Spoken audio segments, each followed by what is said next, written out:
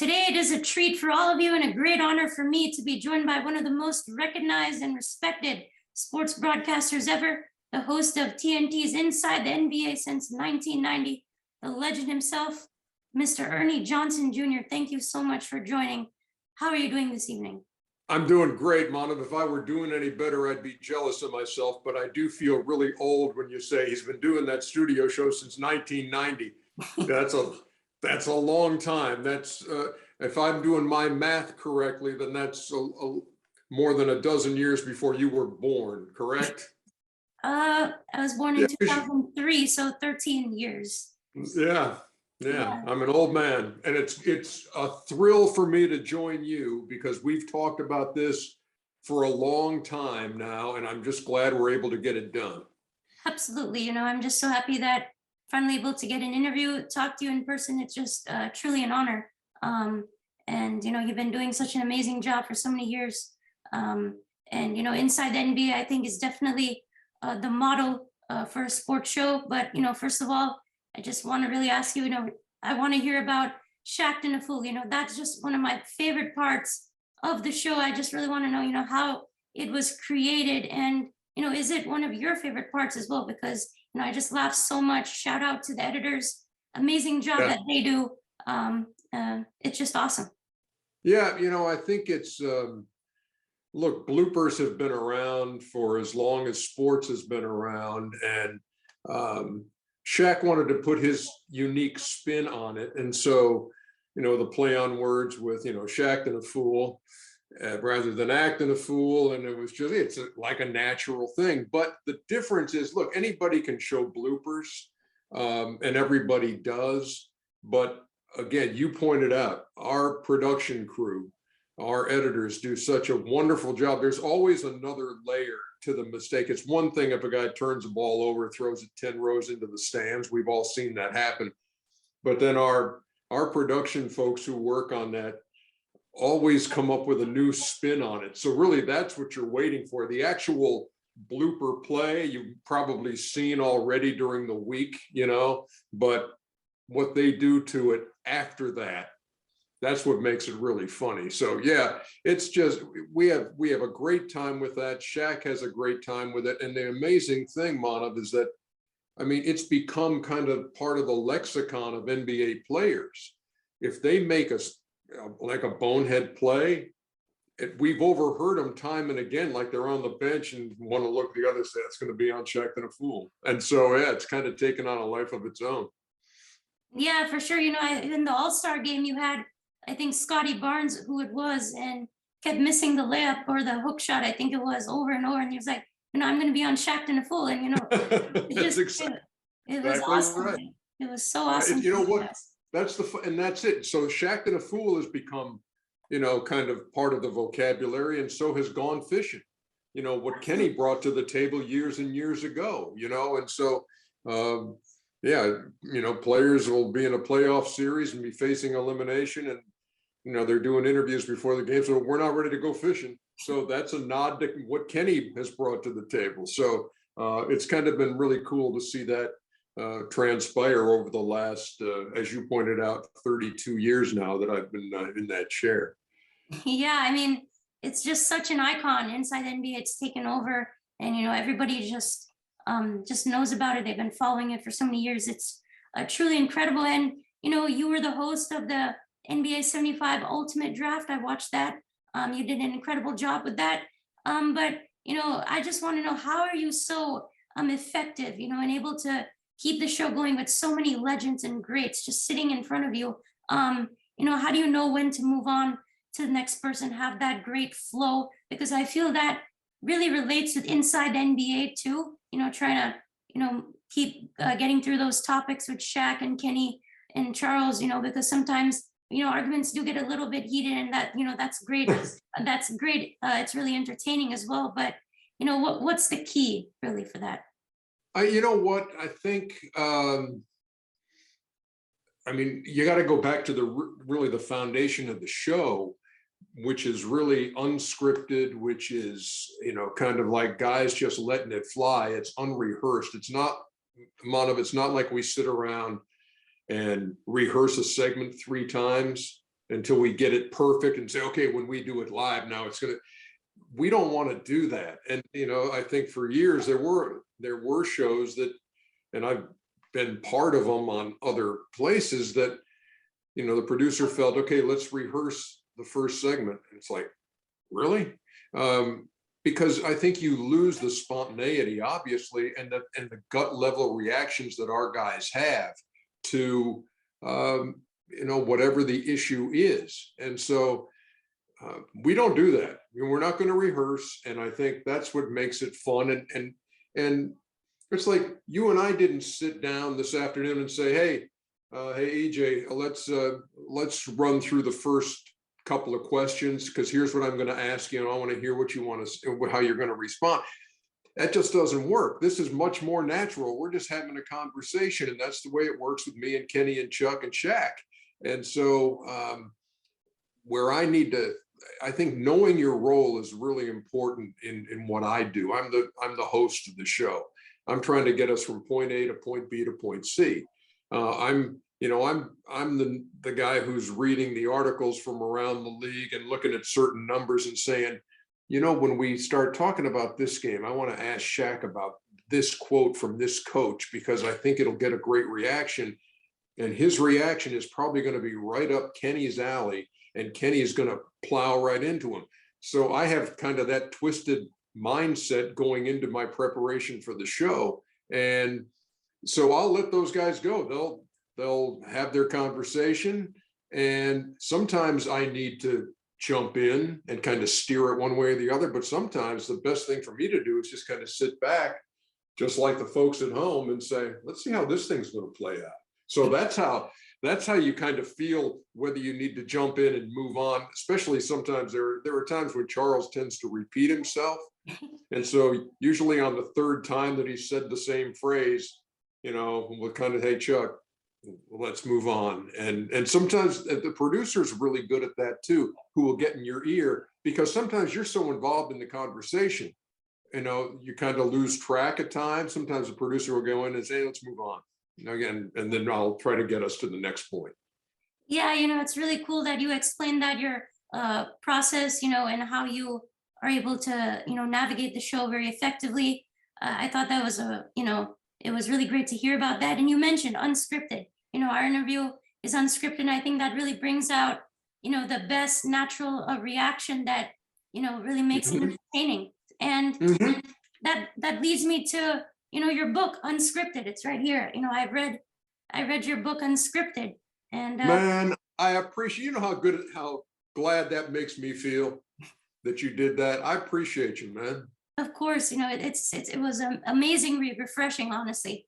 And, you know, I just loved the Blackberry moments. You know, I believe that, you know, even some of the moments that we're having here is kind of like a Blackberry moment. Yes, I'm having Ernie Johnson on my show, but, you know, some of the, you know, conversations that we might have that people, you know, may not like listen to, I think that will be, you know, I think really amazing for me personally, because, you know, I think everybody who's watching it right now, definitely check out Unscripted. It's a great book. But I think it would be better, I think, if you talk about it more instead of me, because what really inspired you to write this book? You know what, Manav, when I went to college at the University of Georgia, and by the way, the Grady College of Mass Communication, Journalism and Mass Communications, shout out to my alma mater. If you're ever looking for a journalism school to attend, Georgia's is top drawer. So anyway, I'm there, and I got cut from the baseball team. And so my ultimate goal was to be a baseball player. I wanted to play the major leagues like my dad. And I got cut as a sophomore. And then it's like, okay, what am I going to do? And I kind of told myself I want to be an English teacher and a baseball coach. So I've always loved the language. And I figured at some point in my life, after I, you know, decided on, you know, switching out of English major to journalism, I said, you know what, I think somewhere along the line, I'll write a book. I don't know what it's going to be about, but I love to write. It's just a great outlet for me. So I had that always kind of on the back burner. And then ESPN, Jeremy Schaap, their E60 crew does a story about our family, which includes, we had, of our 6 children, 4 were adopted, and relationship with me and my dad. And Jeremy knew all about this stuff and the fact that I'd had cancer. And he was like, I want to do a story about your family. And my wife Cheryl Ann will be married 40 years in August, and if we make it to August. And so we decided, sure. And part of telling that story on ESPN was, allowing the cameras into Michael's world, our adopted son from Romania, who had muscular dystrophy, Duchenne muscular dystrophy. You know all about Duchenne muscular dystrophy. I'm not telling you anything. So, I mean, when you saw, if you saw the piece, then you saw Michael and how we were taking care of him. And it was like, yeah, that's what you do. So after that, and this is a really long answer, and I apologize for that. But after that, my agent called me and said, man, people have seen that story, and there are some literary agents out there who wonder if you're going to write a book about this. And I said, I thought about writing a book. I didn't know when. And he said, well, you might want to think about it now because these guys are asking about it. So that's really was the genesis of me writing the book Unscripted. And I never wanted to make it, hey, this is just a story about TV and what goes on behind the scenes and inside the NBA or any of that stuff. I wanted that to be a little part of it, that's kind of the story. But I wanted it to be about much more. I wanted it to be about the stuff that really matters to me and my family, and that is those real life things that we've experienced. So that was how that happened, and it was simply a really gratifying experience. It was really hard to do. I didn't know anything about the writing process or the publishing process or any of that. But man, once I had that thing in my hand, once it had been released, and here was my book, and it was pretty cool. And there will be more in the future somewhere. I just don't know when. I just don't know when the next books are going to come out. Oh, I'll be waiting for those for sure. I think you did an incredible job with Unscripted.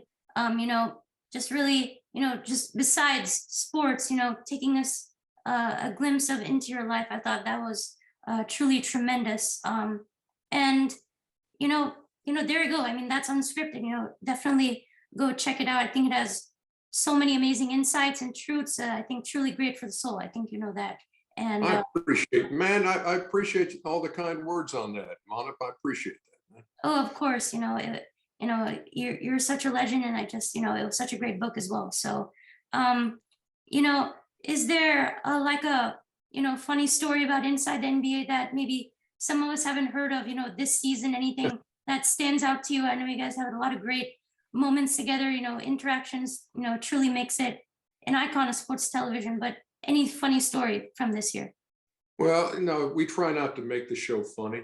We just want to be serious all the time. So very few funny things happen. No, man, I wish I could narrow it down because really night in, night out, something happens that's going to make you laugh. And again, and this is the thing, we have a production meeting before, 3 hours before the show.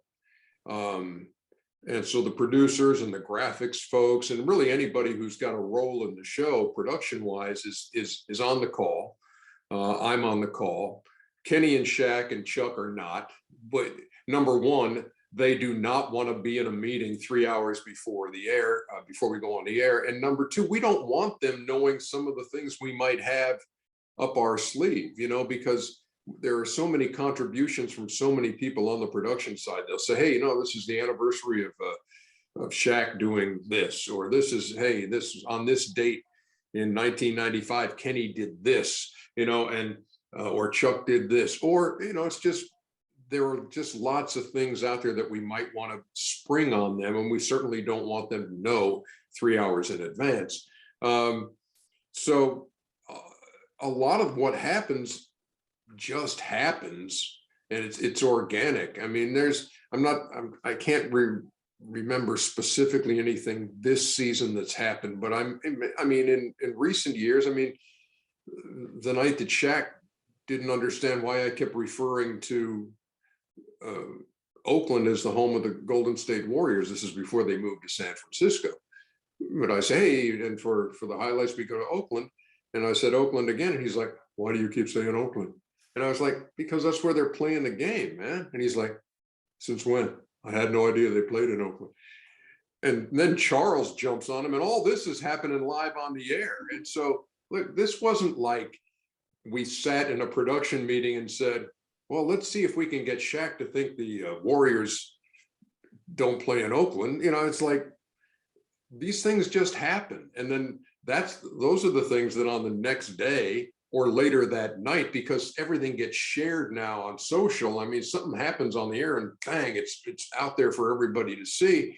Those are the things that folks laugh about and are talking about the next day, you know? So yeah, there's that. There's Shaq arguing with Kenny about the best way to get gas mileage. I mean, there are a million of those things that happen.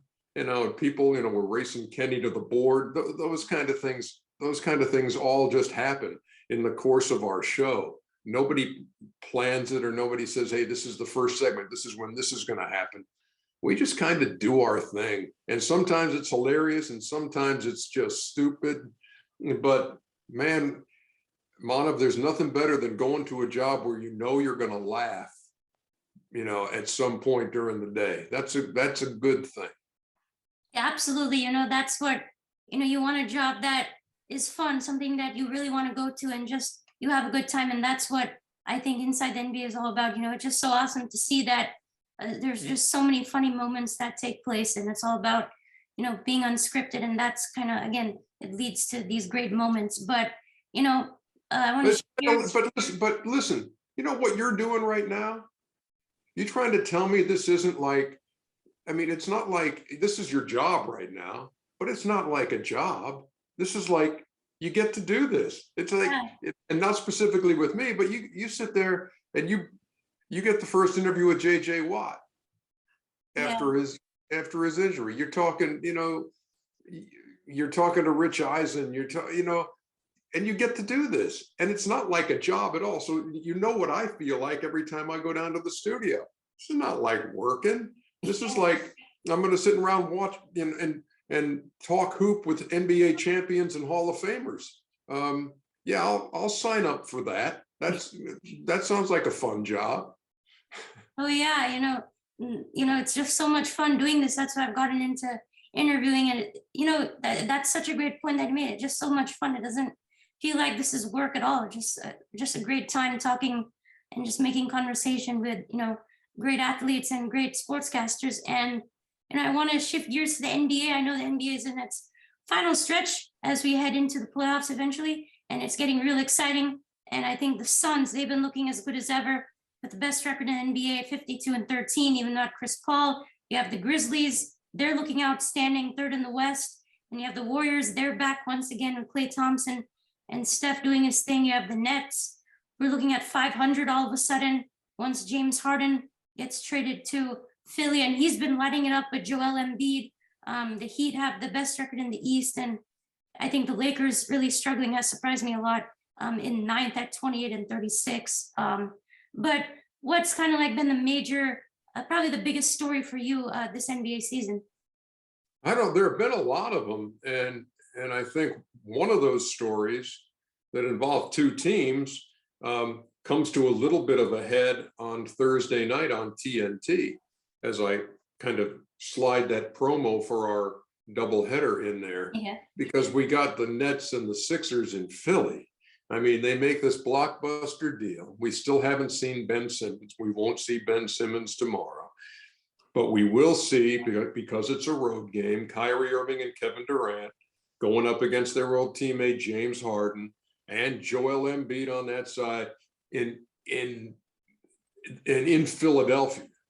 where the fans have been known to get behind their team and to let the opposing team hear it, and that's going to be something. I mean, that's a great ball game. I mean, I wish Ben Simmons were playing there, but I guess I can understand why they'd be hesitant to throw him into that setting back in Philadelphia after the way he left, after the way his tenure there ended.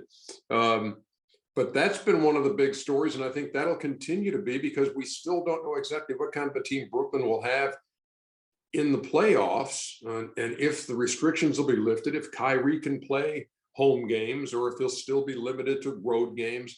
No, so I think those are two of the big ones. I think, yeah, the Lakers situation has been tough for those folks to see, because there were such high hopes when you had AD and Westbrook and LeBron together, but AD has been hurt so much, and Russ has had kind of a down year. LeBron's been lighting it up, but the results haven't been there. So I just think it's going to be, the playoffs are going to be crazy, because when I look at the potential matchups already, you know, if Miami hangs on to the top seed, they could get, you know, how about Miami, Brooklyn in the first round? That could happen. Although, you know, if Brooklyn's in that play-in, and right now, you know, they're number 8. I mean, if they play Toronto number 7 and win, then they get the 7th seed. Okay. But the play-in makes, you know, everything really interesting too, because that's kind of like you know, it's kind of like a game 7 feeling before we even get to a series. So yeah, it's going to be fun to watch. I've loved on the Western side. You know, Phoenix has been great. I've loved seeing the emergence of John Morant for Memphis. He's one of those guys, Manav, where you turn on the TV just to watch him play and see what's going to happen, because he's going to make at least 1 or 2 plays that night that are guaranteed on the highlight reel, because they're so spectacular. So a lot of good stories out there, and just some great matchups potentially for the playoffs. So I'm pumped about that. But before I get to that, I got to get to March Madness. So it's a real busy time for me. Yeah, and March Madness, you mentioned that, so I want to talk about the University of Houston basketball team that, you know, they made the Final Four last year for the first time since the 1984 Phi Slamma Jamma team, and they're ready for, I think, what could be a deep run this year as well. But I think UH has to first have to win their conference to get an automatic bid, hopefully. But Memphis has been giving them some trouble this season. But do you think UH could be Final Four good this year as well? I know they're missing, a couple of players like junior Marcus Sasser, who was big last year, sophomore Trevon Mark. But I think the big one is senior Kyler Edwards, who was a big transfer from Tech. He's been really good with this team, averaging around 14 points per game. And Fabian White Jr. is a senior. He's been great. You have obviously the great coach Kelvin Sampson as well. So, I mean, do you think UH can replicate a run that they had like last year? Yeah, I mean, I'm just looking at my, I was just looking at my, what I've got, and I started this in 2011 when we started doing March Madness with CBS. So I've got this huge file on my computer, Manav, with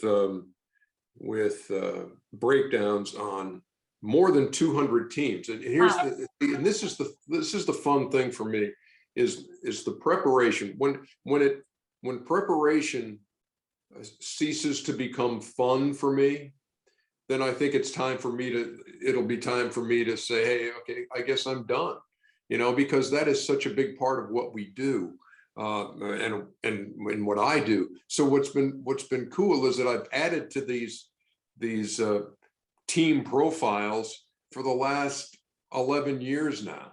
So I'll try to do this and see if this is at all. This will be a first for your pod, for your show here. And I'm trying to show you some of the. This is. Oh wow! Let's see if this shows up without. Yeah. So yeah, I can see it. So there's like the Houston page, which Okay, so here's Kelvin Sampson, 8th season in 20. So I update these, every season. Okay, last time they were in it, they were 24-3, 14-3, and number 2 seed. Number 2021 was their 22nd appearance. So those are the kind of things, just nuggets on them. And then here's what they did in 2021. They beat Cleveland State, beat Rutgers, beat Syracuse. Oregon State lost in the Final Four to Baylor 78-59, and on it goes. And then it's okay, Caleb Mills transferred to FSU. Yeah, so there you got Sasser and Mark out for the season with their injuries. And it just goes on and on. Some nuggets on Kelvin Sampson. And then it's even, you can see the stuff that I had back in 2020 and 2019, because I never know when I might need some of that. And then he rolls into Duke next. So so I've got this thing, I've got this file that I update all the time.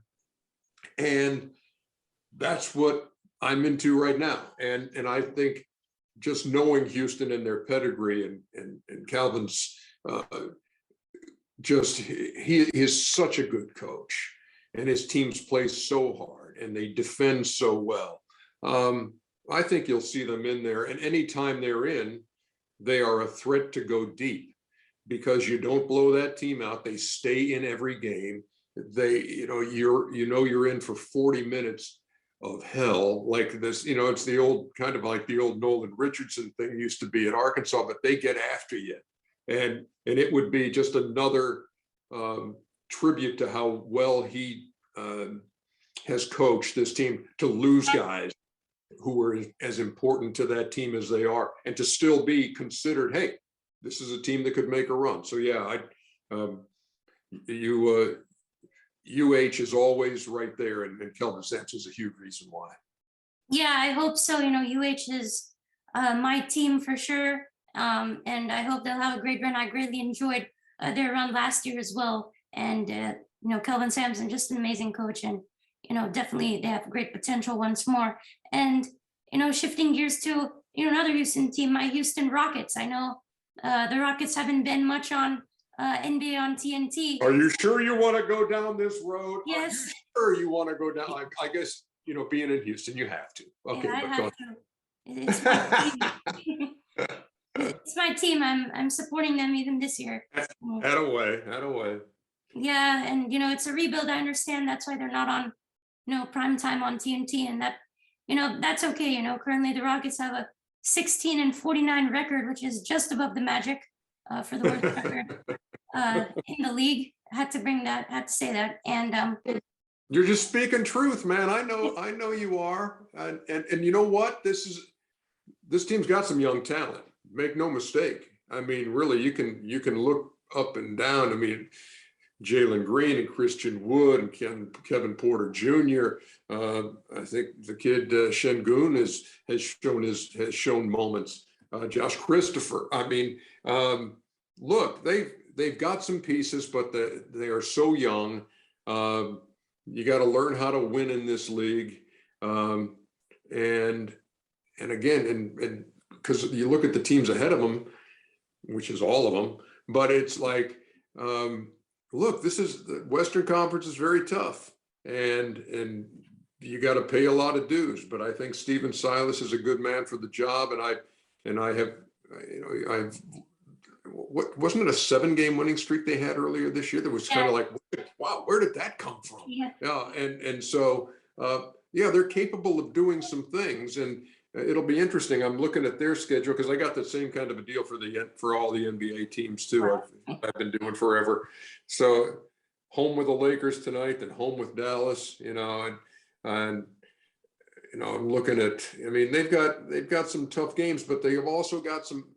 What this is opportunity to really mess with some teams that are contenders, to be spoilers, and so we'll see how that all plays out down the stretch. But don't be, I'm happy to see that you're in their corner, and obviously realize, look, it is what it is here, but it's not like there's no talent on the cupboard there. In the cupboard there, they got some talented young players. Yeah, for sure. I think you mentioned a lot of those players right there, and I think Jalen Green, what he's been doing I think he's really emerged. That's something that a lot of people down here have been talking about, how great that he's been, specifically after the All-Star break, looking like a #2 pick, averaging about 18 points per game over the last 15 games. And, he's been shooting really well. He's looking comfortable. I think he's truly adjusting to an NBA setting, literally while playing the game. And, there's just so much young talent on this team. You mentioned Kevin Porter Jr., averaging around 16 points per game over his last 5. And then Christian Wood, 18 points, 10 rebounds for him. He's been coming up really good over the past few. And then Alperen Şengün, a young center from Turkey, 19 years old. He's just been incredible. Some of the passes he's done has been truly amazing. I think his comparison has been to kind of like a Nikola Jokic because of what great passes that he has. And then Josh Christopher, Jayshante Guzman-Garuba. I think, so much young talent. They're going to be in the lottery again, maybe near the top. Hopefully we'll get another great young player and this team will go on. And it's going to take some time. I mean, how long do you think this could take? Well, I think patience is a very good virtue, and I think patience is required.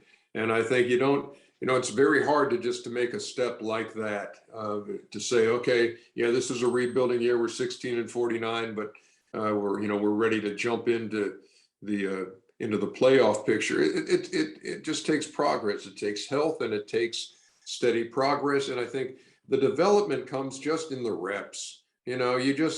You've got a young team that is just trying to gel together. So just be patient. I can't put any kind of a timeline on there, but again, there are some pieces on there that are very impressive and are only going to get better with time.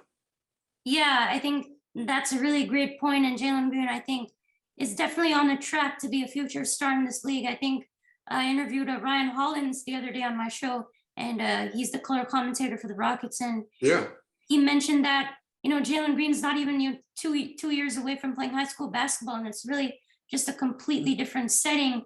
And, he made a great point as well about how Jalen Green is really understanding his physical gifts. So I think a lot of Rockets fans are behind him, and we're just hopeful that, the upcoming years will be better.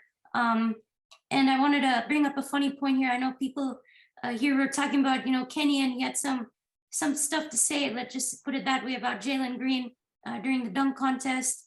And, I know it wasn't the best dunk contest, I think Jalen, he did a 360 between the legs, and, Kenny was calling him like an in-game dunker, and people here were like, come on, Kenny, why'd you have to say that, and stuff like that. And, how Anthony Davis would take the Rockets to the playoffs, it kind of raised some eyebrows here, to say the least.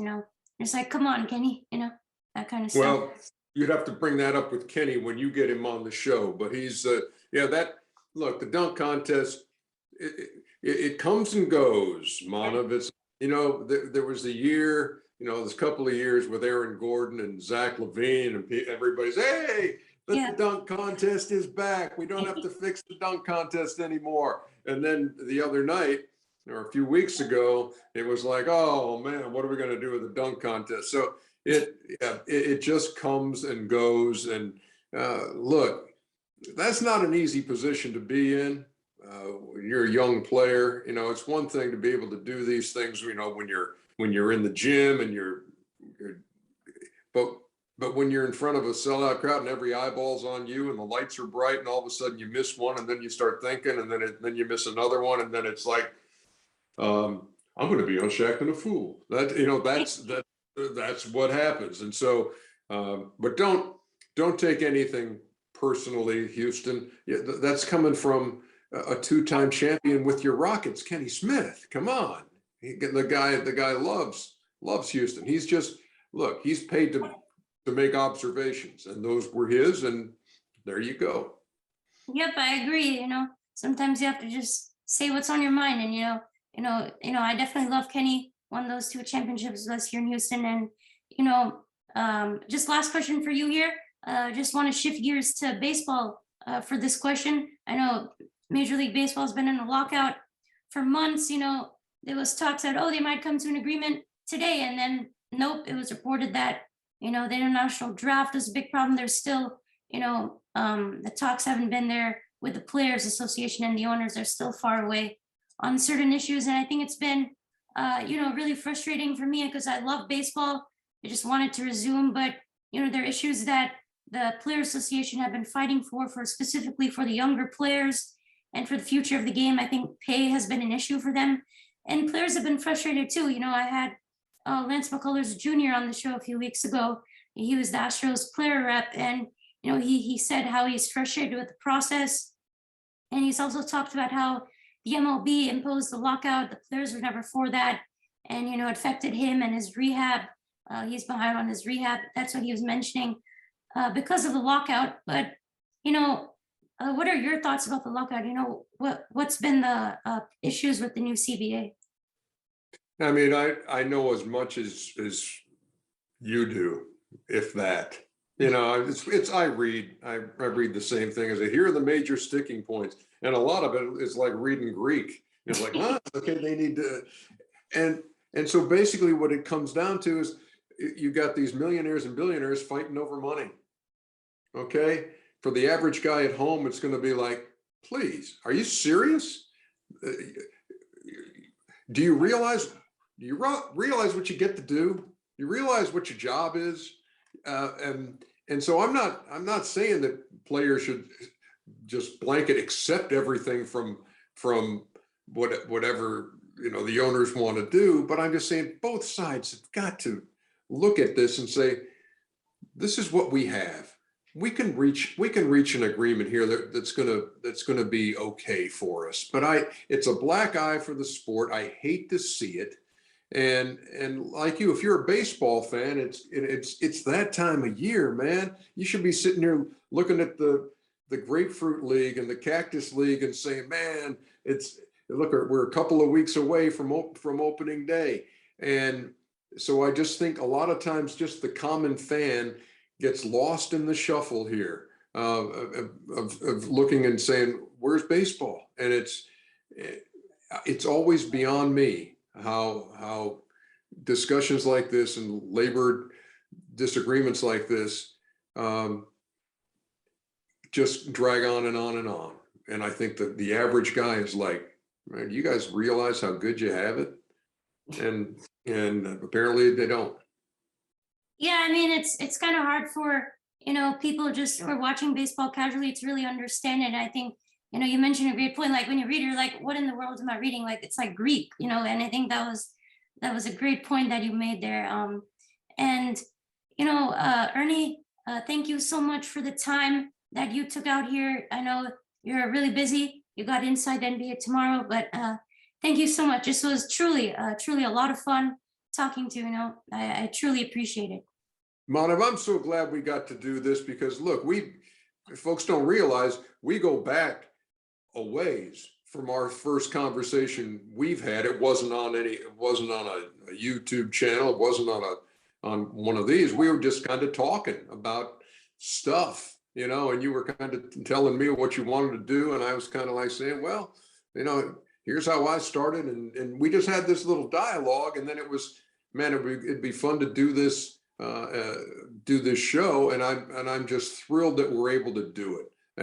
And look, dude, you're an inspiration to me. You really are. I mean, I look at how determined you have been to make your mark here, and then I see that you're knocking off on the list these guys that you're interviewing, and everybody comes away from it saying, "Wow, that was really fun." And it was. And so you're doing a great job. You do your homework, which is obvious, and I look at the set that you got over here, the background and everything, and it's like, wow, that looks awesome. You look very much at home doing what you're doing, and you're doing a great job at it. So, man, I'm the one who's honored to be on here, and I really appreciate you.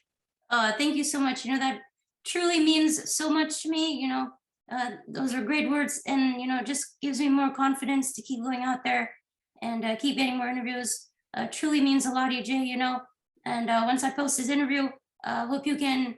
I was wondering if you might be able to retweet it. Maybe if you might be able to tell your followers a little bit Absolutely not. That's where no, absolutely not, Mona. There's no way on earth I'm going to retweet that. There's no way I'm going to tell anybody I was on the show.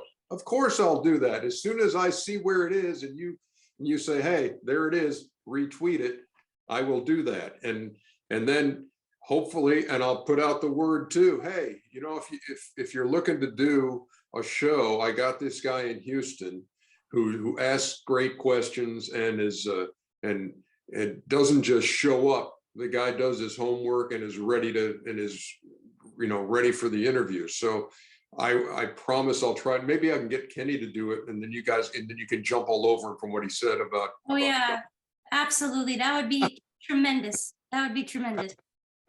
Meantime, remember this: be a better human. Absolutely, be a better human. Right. Great words right there. Yeah, but you already do that, man. So. That's for everybody else out there. Oh, you're too kind, DJ. You're just so nice. That it was awesome talking to you. You truly made my day. This was amazing. Thank you so much for your time, Ernie. Looking forward to watching you on TV tomorrow. Have a good rest of your day. You got it, kid. Love you. Later, too. Mom. See ya. Love you too. Bye.